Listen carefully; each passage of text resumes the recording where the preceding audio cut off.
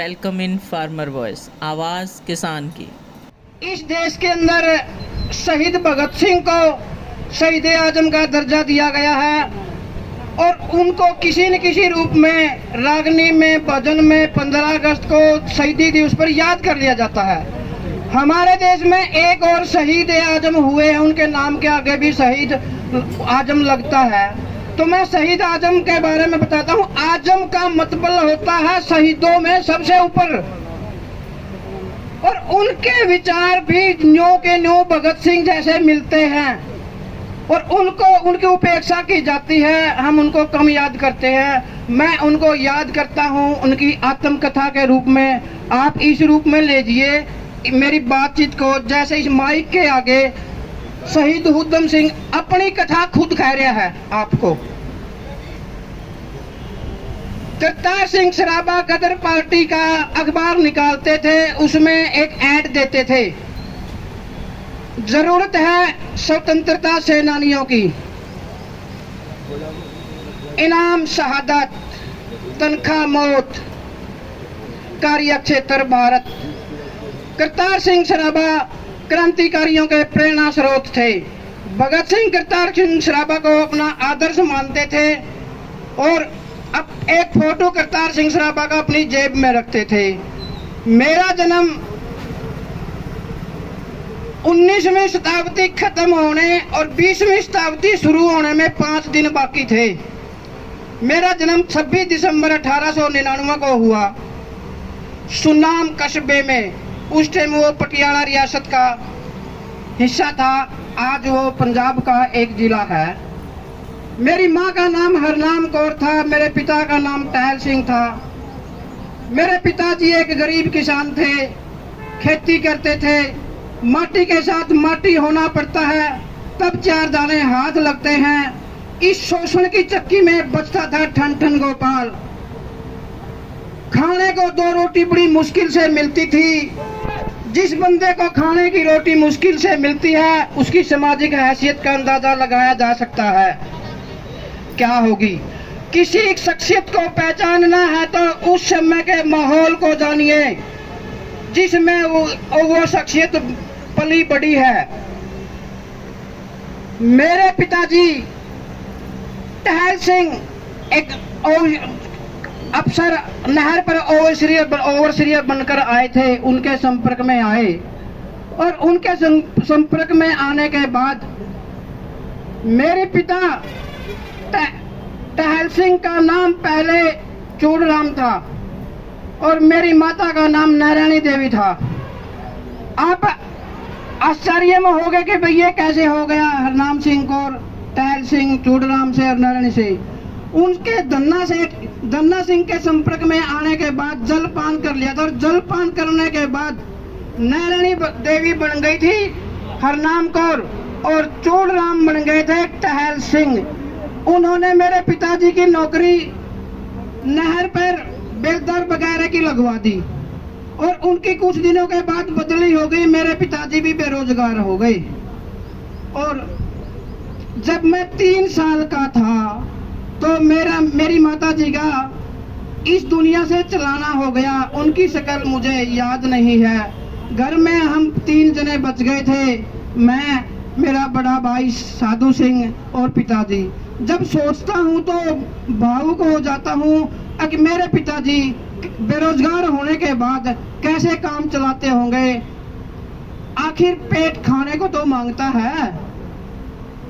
तो मेरे पिताजी ने एक रेलवे स्टेशन पर एक फाटक पर नौकरी मिल गई, फाटक मैन की काम था।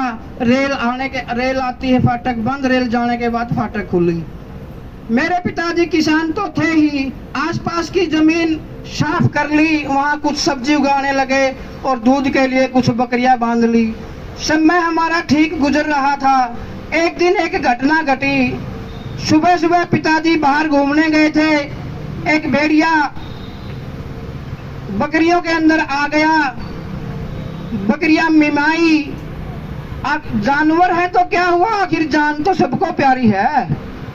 पता नहीं कैसे हुआ, मुझे जाग आ गई, मेरे हाथ में कुल्हाड़ी आ गई और मैंने वो कुल्हाड़ी उठाकर भेड़ियों को मार दी। शोर शराबा सुनकर पिताजी भी आ गए, कुछ आसपास के गांव के लोग आ गए। लोगों के आने की बिड़क सुनकर भेड़िया भाग गया। गांव के लोगों ने जब मेरे हाथ में कुल्हाड़ा देखा तो उन्होंने बड़ी शाबाशी दी और पीठ थपथपाई और मेरे बापू को कहने लगे, इस बच्चे का नाम शेर सिंह नहीं, बच्चे का दिल भी शेर का है। पिताजी बड़े खुश हुए, लेकिन इस घटना के बाद पिताजी भयभीत रहने लगे। अगर कहीं भेड़िया दोबारा आ गया और मेरे बच्चों को खा गया तो मैं इस नौकरी को क्या चाटूंगा, आखिर जान की परवाह नौकरी से पहले है। तो बापू ने वो नौकरी छोड़ दी और वापिस चल दिए अमृतसर की तरफ। चल तो दिए लेकिन अमृतसर पहुंचे नहीं, बापू की रास्ते में ही मौत हो गई। ये 1907 की बात है। और सरदार चंचल सिंह के हाथ में ये सीन मेरे को बड़ा याद है और बड़ा अफसोस होता है, कभी नहीं भूलता। बापू ने जब चंचल सिंह के हाथ में हमारे दोनों भाइयों के हाथ देकर ये कहा था, मेरे बेटों की देखभाल करना। सरदार चंचल सिंह ने हमें 1924 में गुरुद्वारे में नाम लिखा दिया। मेरा नाम लिखाया गया उदय सिंह, मेरे भाई का नाम लिखाया गया मुक्ता सिंह। चकित मत होइए, कभी कभी क्रांतिकारियों को अपने नाम भी बदलने पड़ते हैं। उधम सिंह नाम तो मेरा 1934 में पड़ा है, जब मैंने इंग्लैंड जाने के लिए लाहौर से पासपोर्ट बनवाया था। मेरा एक नाम और है जो मैंने खुद रखा था, जिसका मैंने टैटू भी बनवाया है मेरे शरीर पर, राम मोहम्मद सिंह आजाद। और मैंने दुनिया के बड़े धक्के खाए। मैं अमेरिका गया, अफ्रीका गया। जब मैं अमेरिका गया वहां मैं गदर पार्टी के कॉमरेडों से मिला और उनकी बातें सुनकर बड़ा हैरान चकित हुआ। उनकी बातें सुनकर मन में गुस्सा आता था। सोहन सिंह पकना की मुझे कुछ लाइनें बड़ी हमेशा याद रहती है। हमारा नाम है गदर, हमारा काम है गदर, हिंदुस्तान में होगा गदर। बंदूक बनेगी कलम और खून बनेगी शाही, तब होगा गदर। और वहाँ बात बात में रूस की क्रांति की भी बात चल जाती थी और ये बताते थे कि रूस के अंदर किसान मजदूरों ने राज्य बना लिया है और वहाँ शोषण खत्म कर दिया। शोषण नाम की वहाँ चीज नहीं है। बड़ी अच्छी लगती थी मुझे ये बातें। और 1924 में मैं गदर पार्टी में भर्ती हो गया। अंग्रेज सरकार ने गदरी डॉक्यूमेंट्री निकाली थी। 44 नंबर नाम पर उधम सिंह नाम है, ये आप देख सकते हैं। जब अनाथ आश्रम मेरे जैसे वक्त के मारों के लिए बड़ा अच्छा है। जब मैं अनाथ आश्रम में था, अनाथ आश्रम में हर आदमी को कुछ न कुछ करना पड़ता है। मेरा पेचकस प्लास में बड़ा इंटरेस्ट था।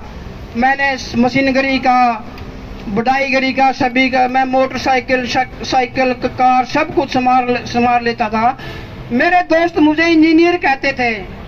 अमेरिकी नाम में मेरा इंजीनियर नाम है और ये कला मुझे जिंदगी भर काम आई। जहां भी मैं गया मैं इस हुनर से अपना स्थान बना लिया। 1934 में मैं इंग्लैंड पहुंच गया। कैस्टन हॉल की घटना ने मुझे विश्व में प्रसिद्ध कर दिया। हुआ ये था कि मैं जब इंग्लैंड गया तो कुछ मित्र थे, हम गुरुद्वारे में इकट्ठे होते थे और अपने देश की बात करते थे। जब वो ज्यादातर पंजाब के थे। पंजाबी लोग जब इकट्ठे और पंजाब की बात ना हो, ये हो नहीं सकता। और जब अपने देश और पंजाब की बातें करते थे तो हमें ये सरसों का साग और मक्के की रोटी का स्वाद हमारे मुंह में तैर जाता था और हम खूब हंसी मजाक करते थे, खाते पीते थे। बात बात में भगत सिंह की भी बात आ जाती थी। मैं कहता था उनको, आप भी भगत सिंह की तरह मेरे किस्से अपने पोते पोतियों को सुनाया करोगे। जब मैं ये बातें कहता था तो वो मेरी तरफ ध्यान नहीं देते थे। वो शादी विवाह की बातें करते थे और मेरी शादी तो फंदे से पक्की हो गई थी। ये घट और भगत सिंह के विचार, आप आश्चर्य में हो गए कि मैं क्रांतिकारियों से मिला कि नहीं मिला। बात 1927 की है, मुझे गिरफ्तार किया गया। हथियार और गदरी साहित्य रखने के आरोप में मुझे 5 साल की जेल हुई। जब भगत सिंह को शहादत दी गई, मैं मुल्तान जेल में था। भगत सिंह के विचारों की बिजली मेरे दिलो दिमाग में दौड़ती है। भगत सिंह के ख्याल क्या थे? इस दुनिया से शोषण के बीज का खात्मा। मैं तो ये कहता हूँ, जिसके ये विचार नहीं है वो इस इंसान ही नहीं है। तो मैं इंग्लैंड पहुंच गया, क्योंकि ये जो 13 अप्रैल 1919 की जलियांवाला बाग की घटना है वो मुझे बड़ी अच्छी याद है। उस टाइम मैं वॉलंटियर था, लोगों की सेवा कर रहा था, पानी पिला रहा था। जब लोगों की कहानी सुनता हूँ तो बड़ा दुख होता है, और जब जनरल डायर का नाम आता है तो आंखों में खून उतर जाता है। 13 अप्रैल 1940 को मैं कैंस्टन हॉल में पहुंच जाता हूं। जब माइकल ओडायर भाषण दे रहे हो, भारत की चर्चा कर रहे हो और ये कहते हैं कि हिंदुस्तानियों को जितना दबाया जाए उतना अच्छा है। उन्होंने अपना भाषण खत्म किया, लोग आने जाने मतलब जाने की तैयारी में थे, तो मैंने 6 गोलियां दाग दी। माइकल ओडायर का वही तमाम हो गया। 2 और लोगों को मैंने गोलियां डाल दी थी। इंस्पेक्टर ने हमें गिरफ्तार कर लिया, तो उन्होंने कहा आपको थाने चलना पड़ेगा, आपको गिरफ्तार किया जाता है। मैंने कहा इट इज ऑल ओवर, कोई फायदा नहीं है, सब उसकी माइकल डायर की तरफ इशारा करके ये खत्म हो चुका है। वो वहाँ उनको ले गए और उनकी उंगलियों के निशान लिए गए और उनको बयान लिए गए। उन्होंने बयान दिए। एक मैंने ये विरोध हिंदुस्तानियों की तरफ से विरोध दर्शाने के लिए किया है। अंग्रेजों ने हिंदुस्तान के अंदर जुल्म डाल रखा है, किसान मजदूरों का शोषण करते हैं, जीने की हालत नहीं छोड़ रखी। इसलिए मैंने ये विरोध हिंदुस्तानियों की तरफ से, किसान मजदूरों की तरफ से विरोध जताने के लिए ये गोलियां चलाई है। उनको गिरफ्तार किया गया और जज के सामने पेश किया गया। तो उन्होंने अपने जो बयान दर्ज कराए थे वो इस प्रकार है कि हाँ मैंने गोली मारी थी इनको, क्योंकि ये इसके हकदार थे। इन्होंने जलियांवाला बाग में, मैं उन लोगों की तरफ से जो जलियांवाला बाग में मारे गए और जो 20 लाख हिंदुस्तानी अंग्रेजों की कैद में है, उनकी तरफ से इनको गोली मारी है। आप आश्चर्य में हो गए कि जलियांवाला बाग का कांड में तो जनरल डायर का नाम आता है और मैंने माइकल ओ डायर को मारा। जनरल डायर तो 1927 में बीमारी में मर गया था, लेकिन माइकल ओ डायर उस समय पंजाब का गवर्नर था। जनरल डायर को गोली चलाने का हुक्म इसी ने दिया था, इसलिए असली दोषी ये है। दूसरी बात, मैं अंग्रेजों के खिलाफ नहीं, क्योंकि हिंदुस्तान से ज्यादा किसान और मजदूर मेरे यहाँ दोस्त हैं अंग्रेजों में। मैं मजदूरों, हिंदुस्तान अंग्रेजों के मजदूरों और किसानों से कोई नफरत नहीं है। मुझे नफरत है तो अंग्रेजी साम्राज्य से है, जो पूरी दुनिया के अंदर जुल्म डाल रहा है, शोषण कर रहा है, उनका खून पी रहा है। इसलिए मैं साम्राज्यवाद के खिलाफ मैंने हिंदुस्तान की तरफ से एक गोली चलाई है और मुझे मरने का कोई अफसोस नहीं है, क्योंकि मैं मेरे देश की आज़ादी के लिए मर रहा हूँ खुशी खुशी से। मुझे पता है फांसी दी जाएगी। और फैसला आया जज का, तो उन्होंने फैसला दिया 25 जून 1940 को इनको फांसी पर लटकाया जाए 9:30 बजे। तो हुआ या था कि समय तो ये 4 जून को फैसला केस शुरू हुआ है और 5 जून को फैसला दे दिया गया, मतलब एक दिन में 24 गवाह केवल कल रहा था। जब इनको ये कहा गया कि आप कुछ कहना चाहते हैं सिपाही में, तो ही इन्होंने कहा कि अपना काला चश्मा पहना और अपना बोलने लगा। तो इन्होंने अंग्रेजों को कहा तुम दुनिया के ऊपर जुल्म डालते हो, शोषण करते हो। जज बोला मैं तेरा भाषण सुनने के लिए या नहीं। बोले मैं आपकी इजाजत से बोल रहा हूँ और आपको सुनना पड़ेगा। जब इन्होंने अपना भाषण समाप्त किया था, जो लिख रखा था वो अपने पर्चे ले रहा था, पाड़ कर उसके मुंह पे मार दिए और 3 बार नारा लगा था, इनकलाब इनकलाब इनकलाब, साम्राज्यवाद मुर्दाबाद, भारत अमर रहे। इनको फांसी 31 जुलाई 1940 को दी गई राजनीतिक हालतों की वजह से। और एक अचंभित तो और बात है, आपको बताऊं, इनको दफनाया नहीं गया था, इनकी चिता नहीं जलाई गई थी। इनको पेंटनविल जेल में मदन लाल ढींगड़ा के पास दफनाया गया था, वो भी पंजाब से थे। और जब इन्होंने कहा कि आज मैं बिल्कुल अकेला था, मेरा परिवार बचपन में गुजर गया था, आज मैंने मरकर अपना परिवार, शहीदों का परिवार पा लिया है। और इन्हें इकबाल की गजल बड़ी पसंद थी और वो हमेशा अकेला गुनगुनाता रहता था। आज भी वो मैं आपके साथ गुनगुनाना चाहता हूँ, आप मेरे साथ गाओगे? सारे जहां से अच्छा हिंदुस्तान हमारा, सारे जहां से अच्छा हिंदुस्तान हमारा, सारे जहां से अच्छा हिंदुस्तान हमारा। इनकलाब जिंदाबाद।